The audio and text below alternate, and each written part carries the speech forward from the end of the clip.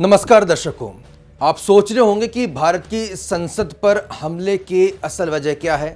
सुरक्षा में चूक हो गई है, चूक का जिम्मेदार कौन है, ये विषय ज़रूर है।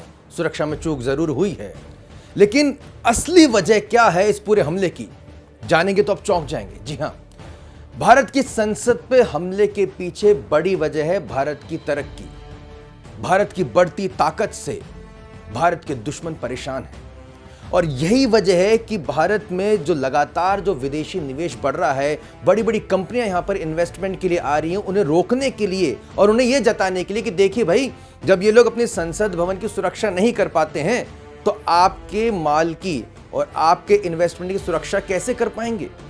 ये जो कुचक्र है वो बरसों बरस से चल रहा है, लेकिन ताज़ा दौर जब संसद पे जो हमला होता है, आप गौर कीजिएगा, भारत में जब सनातन की, जब भारतीयता की, जब भारतीय संस्कृति की पोषक कोई सरकार आती है तो उस समय इस तरह के हमले होना शुरू हो जाते हैं। खासतौर पर हम संसद की बात कर रहे हैं। एक बड़ा मैसेज भेजा जाता है पूरे विश्व के उन कंपनियों को कि देखिए, भारत तो वही कमजोर देश है। आप जिस भारत की तरक्की की बात कर रहे थे, कोई तरक्की नहीं है वहां पर, वो तो अपनी संसद भवन की सुरक्षा नहीं कर पाते हैं। और इस कुचक्र में आके कहीं ना कहीं जो है, हमारे ही जो जयचंद हैं, हमारी वो पार्टी, वो पॉलिटिकल पार्टीज जो यहाँ पर अंग्रेजी मानसिकता से जकड़ी हुई हैं, वो पार्टी जो यहाँ पर तुष्टीकरण की राजनीति करती हैं, वो बड़ी खुश होती हैं। और उनके जो ऑफशूट्स रहते हैं, जिसे कहते हैं कि साथ में जो बाई प्रोडक्ट्स रहते हैं, जो कम्युनिस्ट टाइप के जो लोग रहते हैं, विचारधारा के जो लोग रहते हैं, वो भारत की तरक्की से चिढ़ते हैं। हमें सावधान होने की ज़रूरत है। अब उनके निश्चित तौर पर भारत की जो संसद है उसकी सुरक्षा तो बढ़ेगी, और अब भारत के जो सुरक्षाकर्मी है, संसद भवन के जो सुरक्षाकर्मी हैं, अब उन जो माननीयों के कपड़े उतारने के भी जो है ऑर्डर कर सकते हैं कि साहब, हमें तो शक हो रहा है, आप क्या छुपा के हैं, जूते में क्या छुपा है, कहाँ क्या छुपा है। तो ये एक सामान्य घटना नहीं है। ये जो तमाम जो मुल्क हैं, भारत के जो इकोनॉमी जो बढ़ रही है, भारत की जो सैन्य शक्ति जो बढ़ रही है, उससे परेशान है। आज भारत आंखों में आंखें डाल के बात करता है। आज भारत जो है किसी के आगे झुकता नहीं है। आज भारत तय करता है कि उसे सब्सिडी देनी है नहीं देनी है। आज भारत तय करता है कि उसके जो दुश्मन है उसको भारत की धरती पर नहीं, पड़ोसी मुल्क हो चाहे विदेश में कहीं भी हो, घुसकर मारता है।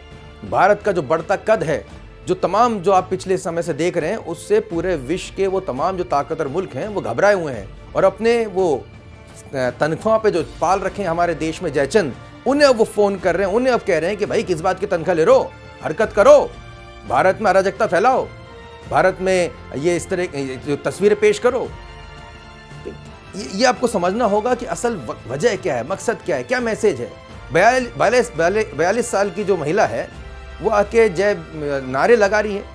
42 साल की महिला जो है क्या बेरोजगारी की बात करेगी? आप अब तक क्या कर रही थी? ये कुछ ऐसे सवाल हैं जो हमें समझना होगा। किस तरह से प्लांट किया जाता है, किस तरह से पूरा जो है सिंडिकेट बनाया जाता है, और 13 दिसंबर की तारीख को चुना जाता है, जो पिछली संसद के टाइम पे जो हमला हुआ था वही तारीख को चुना जाता है। लंबे समय से भारत को जातियों में, प्रांत में, भारत को भाषाई आधार पर, भारत को क्षेत्रीयता के आधार पर बांटा जा रहा है। 1947 में भी हमारे देश के जो है टुकड़े कर दिए गए। बोल देगा साहब, अंग्रेज जो लकीर खींच गए। अरे भाई, आज़ादी मिली है तो आज़ादी हमने हासिल की है ना, फिर हम अंग्रेज़ों की क्यों मान रहे हैं कि वो लकीर खींच रहे हैं? और अंग्रेज़ों ने अगर नहीं करा है वो, तो हमारे जो शांति दूत कह रहे हैं कि हम हिंदुओं के साथ नहीं रह सकते। भाई, देश किसका है?